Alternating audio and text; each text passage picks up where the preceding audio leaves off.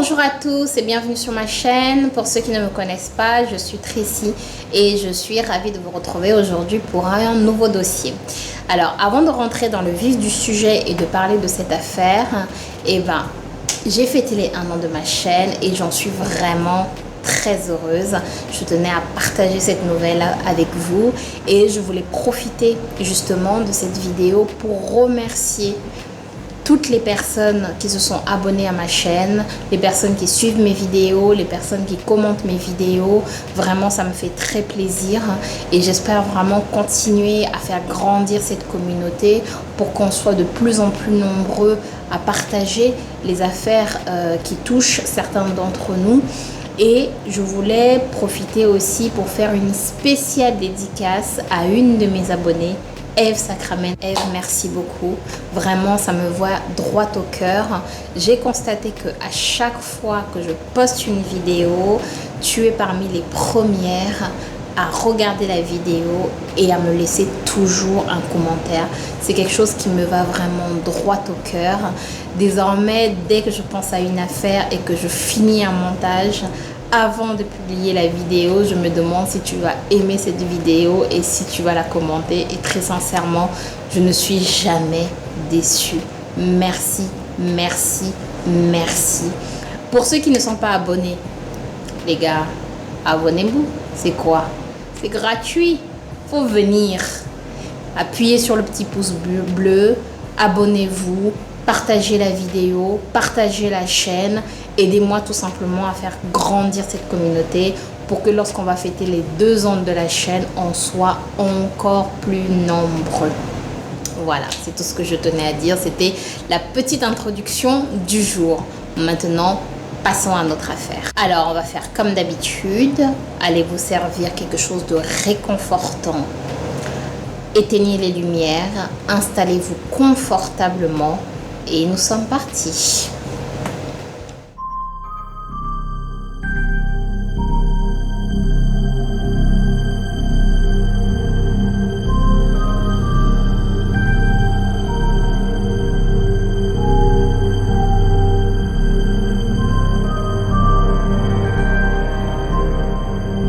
Nous sommes en novembre 2023.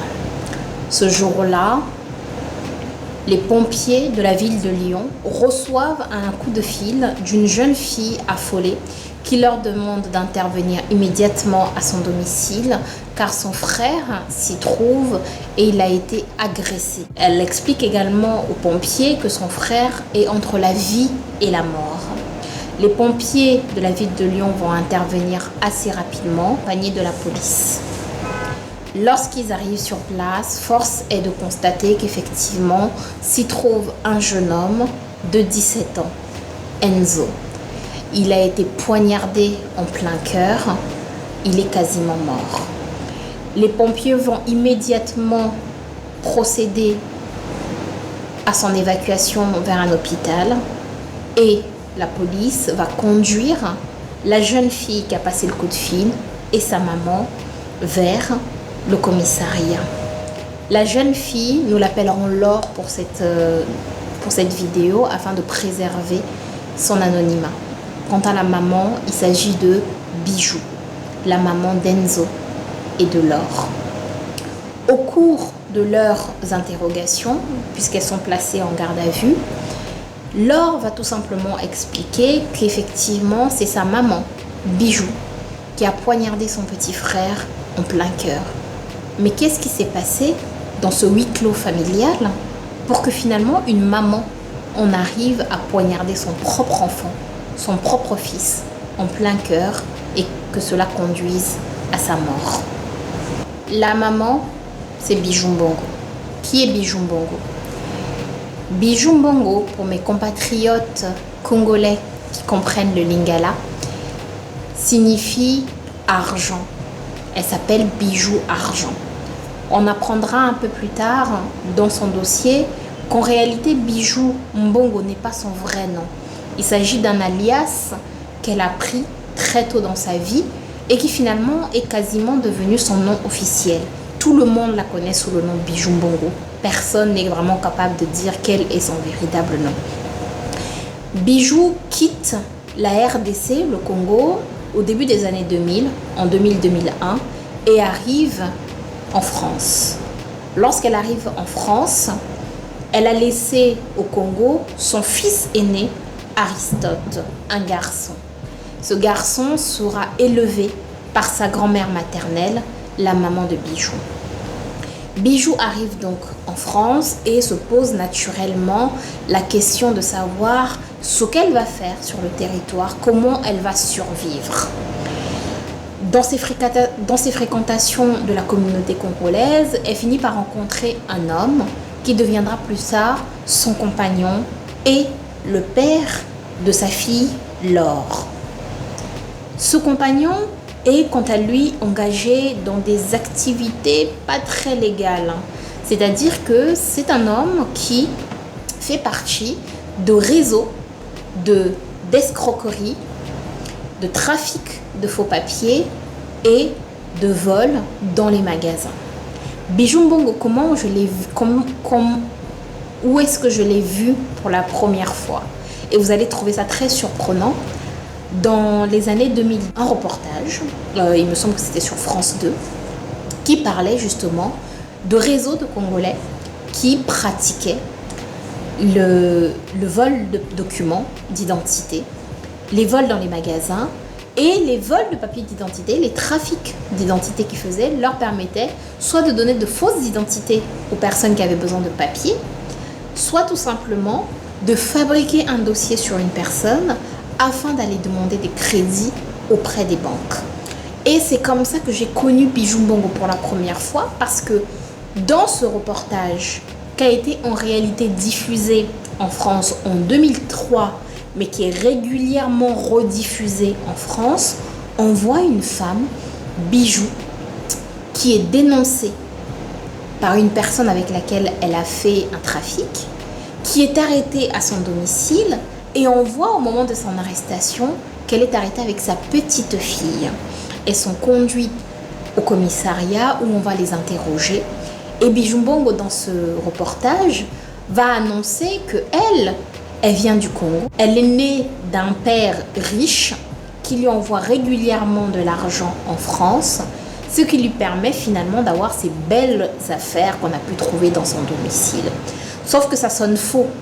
Pour la simple et bonne raison que dans ce domicile dans lequel on l'a trouvée, elle dormait sur un canapé au salon, entourée d'affaires de luxe, de vêtements de marque, de chaussures de marque, de sacs de marque portant encore des étiquettes. Et dans cette maison vivaient également d'autres personnes qui visiblement faisaient partie du même trafic qu'elle. Lorsque Bijou donc est arrêtée, elle va dénoncer la personne qui était en réalité recherchée par la police et on ne va plus vraiment la voir pour la suite de l'affaire. Spécialiste de la lutte contre les escroqueries en bande organisée. Il est 6h30, les coéquipiers se préparent à démanteler un réseau zaïrois spécialisé dans les faux papiers. Ils vont commencer par l'interpellation d'une certaine Bijou, une jeune femme soupçonnée d'avoir ouvert un compte sous une fausse identité. La jeune femme vit en principe seule avec sa petite fille de 3 ans.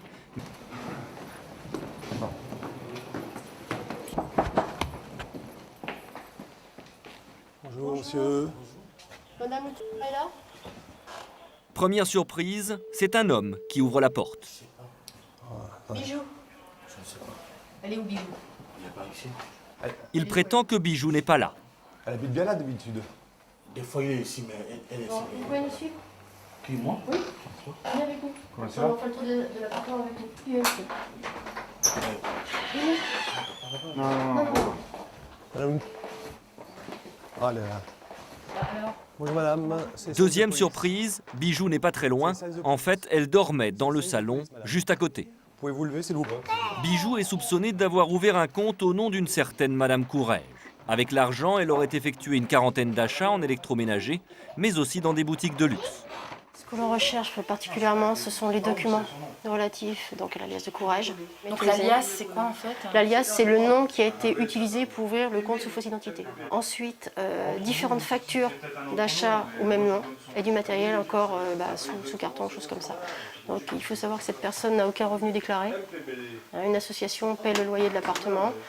Et si vous pouvez commencer à regarder, il y a du matériel neuf, il y a des vêtements de marque, donc on va faire le tour. Ah, c'est à papa ça? Non, c'est à moi. C'est à toi? Oui. C'est papa qui l'a acheté? Oui. Oui. Qu'est-ce à que c'est, vous, ça?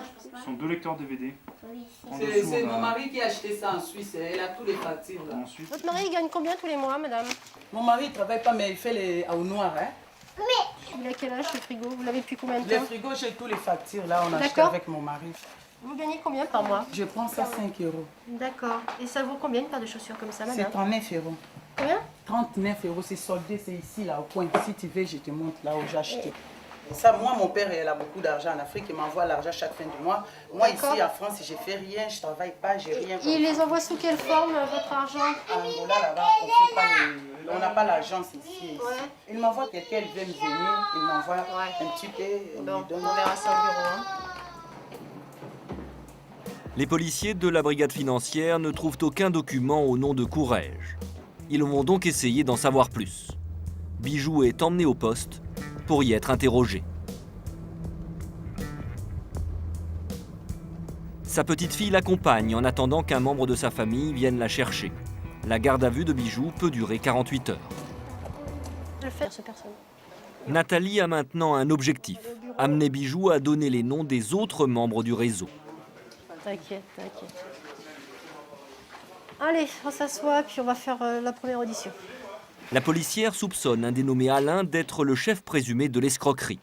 Elle montre sa photo à Bijou. Vous connaissez ces personnes? Non, je ne connais pas. Alors, autre chose. Est-ce que tu l'as déjà vu, même s'il n'est pas ton J'ai copain? vu une fois avec Fabienne. En fait, un compte a été ouvert sous une fausse identité Fausse identité, qui s'appelle d'accord. Courrèges. Et Alain, quand on est allé chez lui, Oui, on a trouvé un autoradio, oui, d'accord, avec une facture au nom du faux nom qui s'appelait Courrèges. oui, Et quand j'ai demandé à Alain oui. qui est-ce qui l'avait fait, parce que c'était le nom d'une fille, c'était pas lui qui l'a acheté, il m'a dit c'est Bijou, C'est Bijou. que j'ai rencontré. Alain, il travaille avec Fabienne. Il a fait les faux chèques avec. Il a pris toutes les choses là. Bah, avec pourquoi est-ce qu'il m'a Fabienne. dit Bijou alors? Jamais moi j'ai fait les faux chèques avec Alain. Elle a fait ça avec Fabienne. Elle m'a de mettre à la merde. Moi je suis mère de 3 enfants. Elle a rien sans responsable. Hein. Elle va me mettre dans son problème là. Je dis, D'accord. voilà, vraiment, je suis désolée, je vais parler tout. Hein. Je suis d'accord, on va partir. Parce Parce que- que jamais j'ai fait les chèques avec Alain. Je parle ça, je te dis la vérité. Jamais Parce j'ai que fait là, avec Alain. c'est support. Donc en fait, il a donné le surnom de madame pour se dégager, en se disant un surnom zaïrois, personne ne va trouver. Et c'est clair que si on ne connaît pas bien le milieu, les surnoms zaïrois, on ne peut pas retrouver le nom véritable puisqu'il n'y a aucun rapport. Bijou, pour trouver le vrai nom de madame, c'était même pas la peine. Sauf parce que je le connaissais déjà via les informations.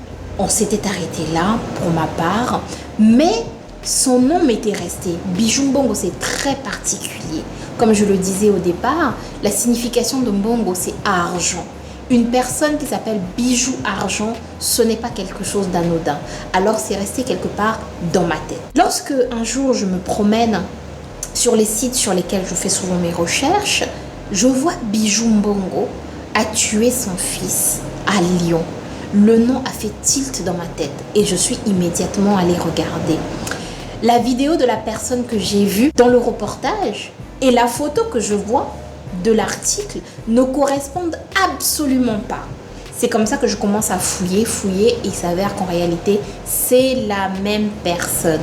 Je vous mets immédiatement une photo, vous allez voir. Je vais vous mettre une évolution de Bijou et vous allez voir qu'effectivement, c'est la même personne.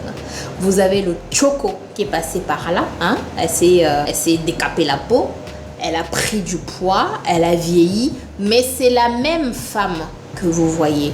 Et la petite fille là que vous voyez dans la vidéo, c'est bien sa fille aînée, celle qui plus de 20 ans plus tard va appeler la police pour demander à ce qu'on intervienne pour son frère qui vient de se faire agresser à leur domicile. Donc comme je le disais, Bijou Mbongo, elle arrive donc en France, elle rencontre son compagnon qui va l'intégrer dans ses trafics. Donc son activité désormais, c'est voler des documents, À partir de ces documents, on a une identité. On fabrique des faux papiers, carte d'identité, bulletin de paye, fiche d'imposition, contrat de travail, etc. Et on va demander un crédit à la banque au nom de la personne dont on a volé l'identité. Une fois que l'argent arrive sur le compte, on retire tout l'argent et c'est la personne qui se retrouve avec les problèmes naturellement. Son autre travail, c'est voler des affaires dans les magasins. C'est-à-dire que vous avez une personne qui passe devant un magasin de luxe, qui voit des articles qui lui plaisent, qui voit le prix, qui trouve que c'est beaucoup trop cher, qui va voir Bijou, qui va lui demander d'aller voler pour lui ou pour elle dans le magasin et ils vont négocier ensemble le prix d'achat de l'article qui a été volé. C'est ça son activité concrètement. C'est voler, trafiquer et avoir des crédits au nom d'autres personnes. Malheureusement, Bijou et le père de Laure, ça ne va pas fonctionner. Et ils vont finir par se séparer. Voilà Bijou qui se retrouve avec 2 enfants. Aristote qui est resté au Congo et Laure qu'elle a eue en France. Bijou va ensuite rencontrer le papa d'Enzo. Avec le père d'Enzo, ça ne va pas changer parce que malheureusement, lui aussi est dans ce monde de trafic de fausses pièces d'identité et de vol de produits de luxe dans les magasins et des choses qui sont tombées du camion. Avec lui, elle va avoir 2 enfants, Enzo et sa petite sœur. Avec le papa d'Enzo, ça ne va pas du tout fonctionner non plus parce que malheureusement, il va se faire attraper par la police et il va être rapatrié au Congo. Bijou se retrouve donc avec 4 enfants. Aristote, celle qu'on appellera Laure, Enzo et une dernière fille dont le prénom n'a pas non plus fuité dans les reportages ou dans les articles qui ont été rédigés sur cette affaire. Bijou se retrouve donc avec 4 enfants en France et on ne sait pas exactement ce qui va se passer, mais elle va se voir retirer 2 de ses enfants, Enzo et sa dernière-née. Donc,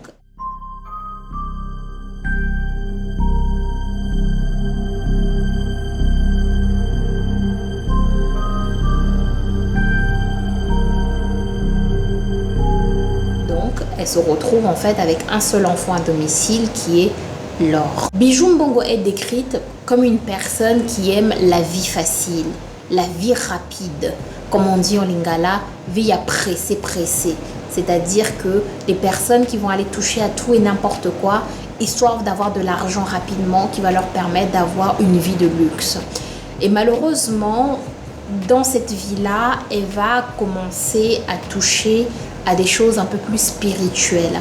C'est-à-dire qu'elle ne va pas seulement continuer à vendre des choses qui sont volées, elle ne va pas seulement faire du trafic de pièces d'identité, elle va également vendre des substances qui ne sont pas très licites et elle va commencer à aller voir des féticheurs pour aller demander certaines faveurs. C'est comme ça qu'elle rentre dans le monde spirituel. La vie va ainsi avancer jusqu'à ce que le Covid nous tombe dessus.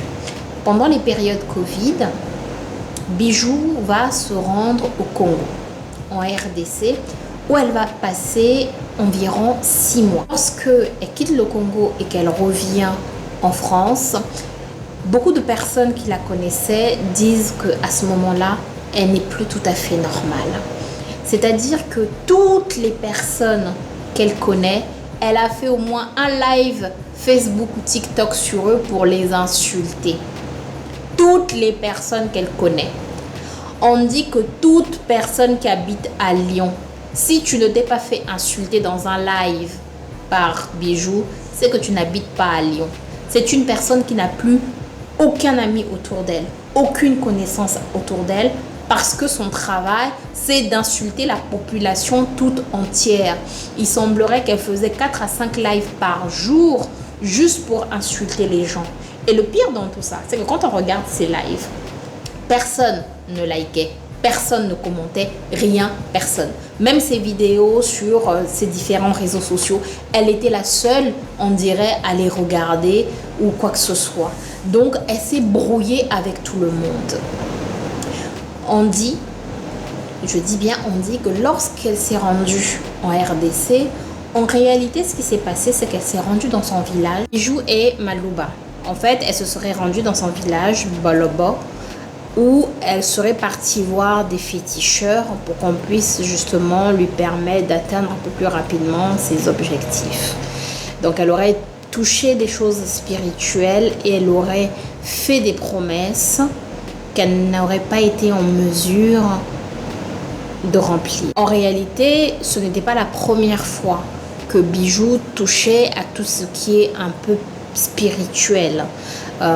Elle le dit elle-même dans plusieurs lives qu'elle fait, qu'elle s'est déjà rendue à plusieurs reprises au Bénin, où visiblement elle connaissait pas mal de personnes qui faisaient appel aux esprits pour pouvoir obtenir dans sa vie des choses un peu plus avantageuses. Et malheureusement, elle raconte elle-même toujours dans ses vidéos que le fait de voir en fait ces différents féticheurs aussi bien au Congo qu'au Bénin les aurait conduits à faire ce que nous on appelle l'ikelemba. L'ikelemba, c'est-à-dire une tontine. Sauf que on ne parle pas ici des tontines que les gens connaissent, c'est-à-dire chacun donne de l'argent, on rassemble et puis à la fin c'est une personne en fait qui touche l'argent. Non, on parle ici de tontines de vie humaine.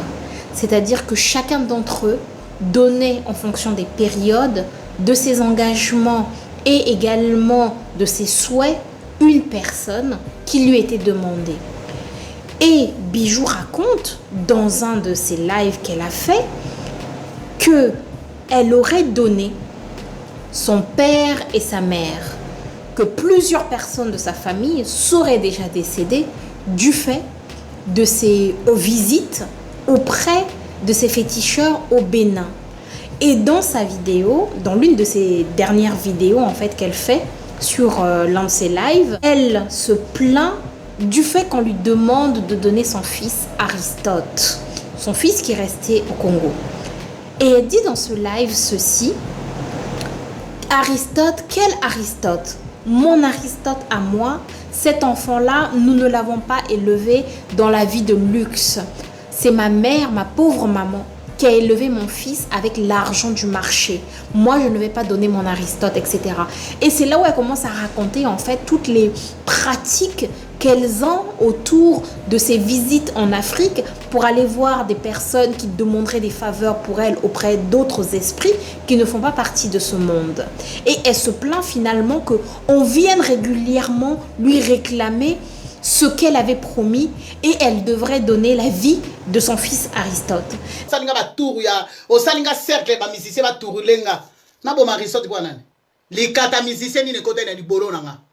Pona boma Aristote, li kata musicien ni poupette, yo no boma moi no Jonathan. Bobo mi mona batukuna na Côte d'Ivoire. Yo defo boma Jonathan parce que yo la na musicien.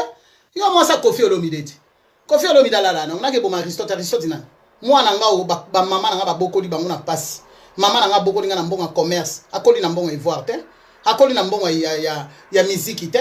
Akoli na mbongo ya teka ba polo ba DG na ba 15 euros ba 20 euros biloko ba 10 biloko moi ba teka moins cher to somba ke belé ba taille belé ma biza so ya minene ngana so ya mike to sa plupart na ba biloko misusu mi bale mbale ndenge na ndenge moko ya so ya minene ngana so ya mike so ngana tindi ya ngana Afrique ya problème na eta t-shirt alobaki ti amona ga mwana ngate ko memela ba jeta ba sola bilima te redi ya misa yemba bilima kala amona so landela kai na bi amona so to lukai na mabe tata na bino yemba bilima so luka bango na mabe ba bilima na mino bo yemba pale bo luka na mabe obo mabilima wapo bo bilimo wapo chaise électrique bo mosala ba chaise électrique bo sala ba ya ba mwana mo mukia mo bala vani na chaise électrique fali poupa chaise électrique na sentiment na banzoto ba na lobi na banzoto ba na finga li katana muke wana asanga nanga ya mo kamari abima na fimo bo na yebi ba yebsenga ba siba benga ngabi ali kata muke e bembeli nyama asanga nanga ta misise congolais ba weli saka na ba via bato nga go poussa pembe na binote o matena no ba na ninga ma go poussa même pas pembe na binote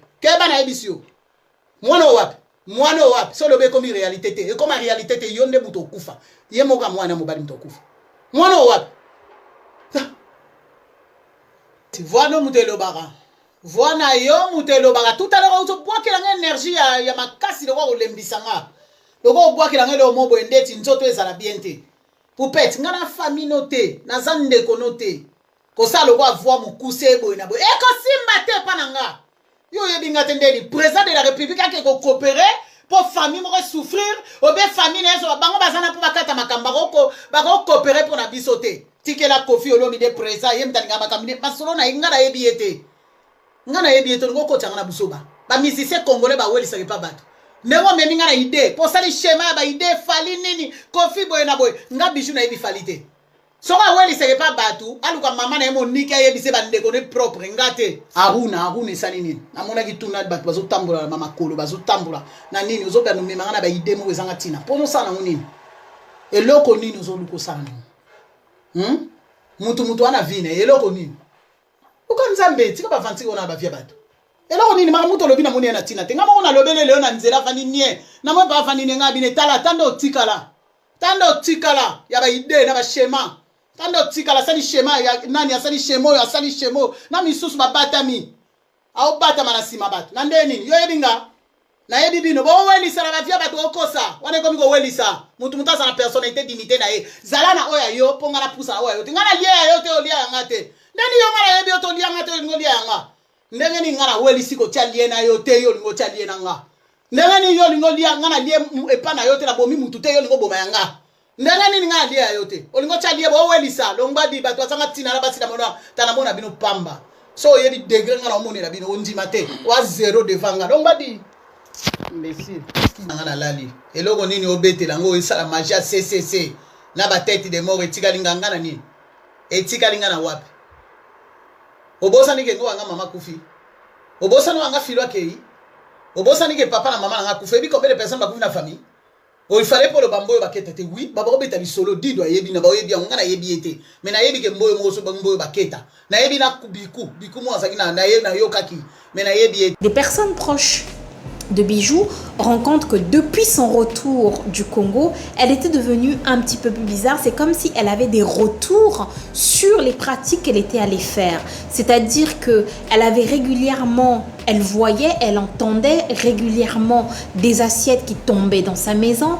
Elle disait voir apparaître dans sa maison Redi Amissi. Redi Amissi qui est un chanteur de rumba congolaise, d'où elle le connaît. Comment est-ce que le voile apparaît dans la maison?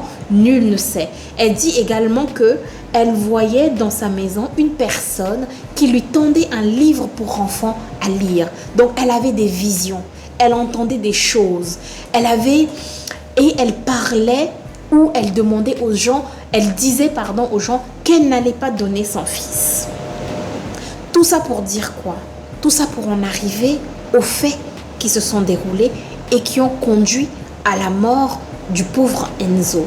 Parce que visiblement, ce qu'on comprend des derniers lives faits par Bijou Mbongo, c'est qu'elle se battait contre un ou des esprits qui finalement lui demandaient la vie de son enfant et qu'elle refusait catégoriquement de donner cette vie. Elle le refusait catégoriquement.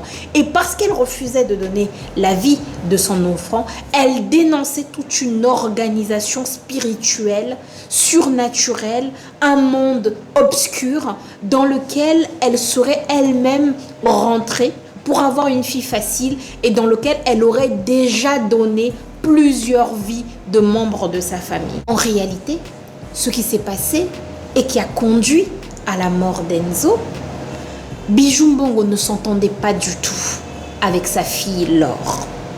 Lorsqu'elle revient du Congo et qu'elle rentre en France après le Covid, elle arrive dans son domicile et elle a de nombreux impayés de loyer, très très nombreux, qui vont conduire à ce que on la fasse sortir de son domicile et qu'on annule finalement son contrat de travail. On résilie, son contrat de location. On ne va pas lui redonner une maison derrière et elle va aller vivre chez une de ses amies.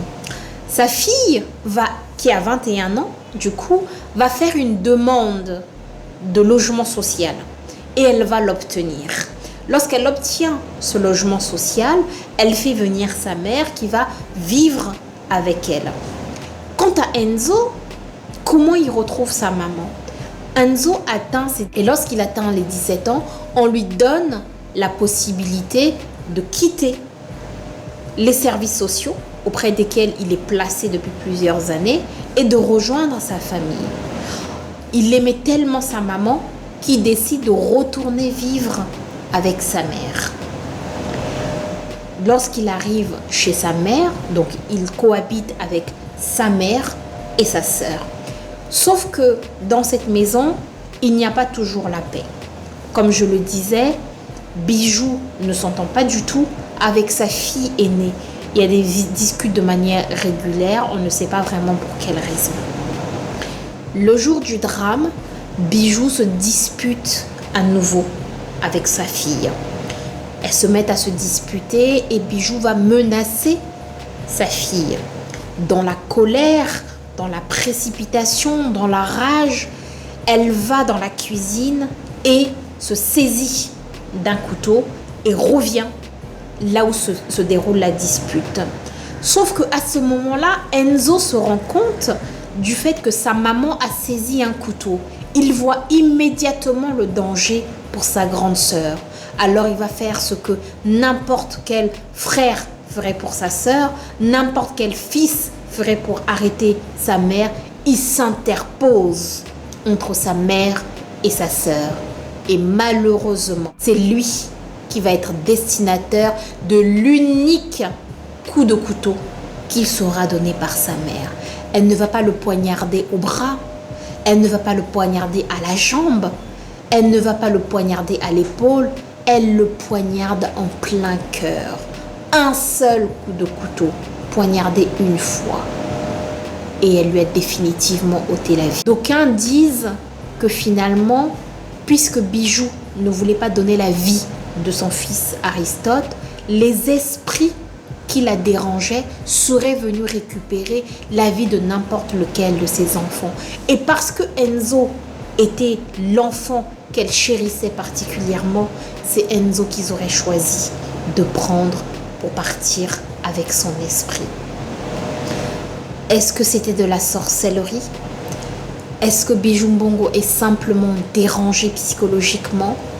Est-ce qu'elle a eu un moment d'égarement passager à cause de la colère et de la haine compte tenu des disputes qu'il y avait avec sa fille?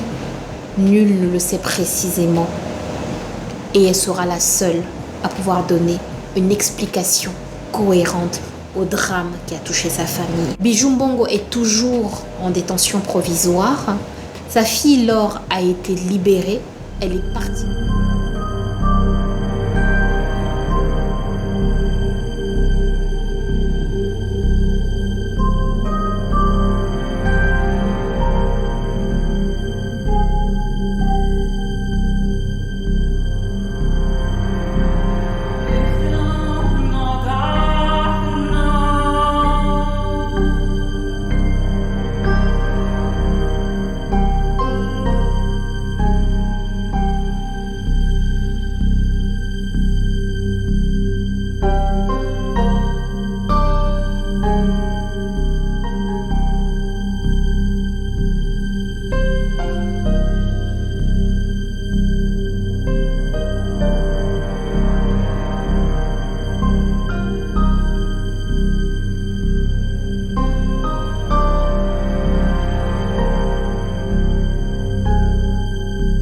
Elle est particulièrement choquée de cette affaire, de ces faits.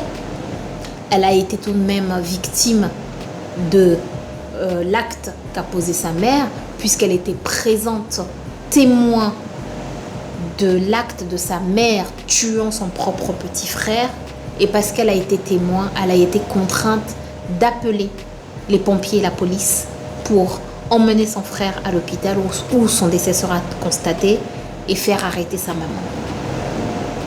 Enzo, quant à lui, a été inhumé à Lyon. La communauté congolaise de Lyon a été fabuleuse, grandiose.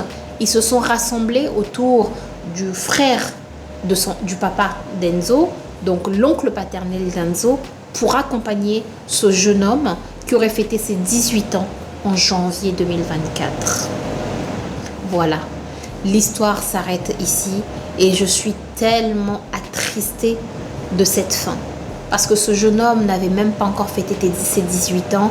Il s'est déplacé de son foyer pour se rendre au domicile de sa sœur parce qu'il aimait tellement sa maman et voulait être avec sa maman. Et quant à sa sœur, elle a fait ce que tout enfant aurait fait.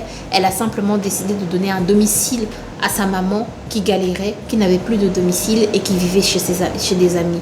Un concours de circonstances a fait que cela a conduit à la mort d'un jeune homme. Voilà, c'était la seule histoire, c'était la fin de l'histoire d'aujourd'hui. Dites-moi ce que vous en pensez. Dites-moi ce que vous considérez finalement du mal qui touchait Bijou. Et j'aurai plaisir à lire vos commentaires. On se retrouve une prochaine fois. On se retrouve bientôt pour une prochaine histoire sur ma chaîne. J'ai envie de vous dire, en attendant, n'oubliez pas de fermer vos portes et vos fenêtres comme j'ai l'habitude de le faire. Mais l'affaire d'aujourd'hui nous aura démontré que même la porte et la fenêtre fermées, le danger peut venir de l'intérieur. Alors je me contenterai de vous souhaiter une très bonne soirée à tous. Bye.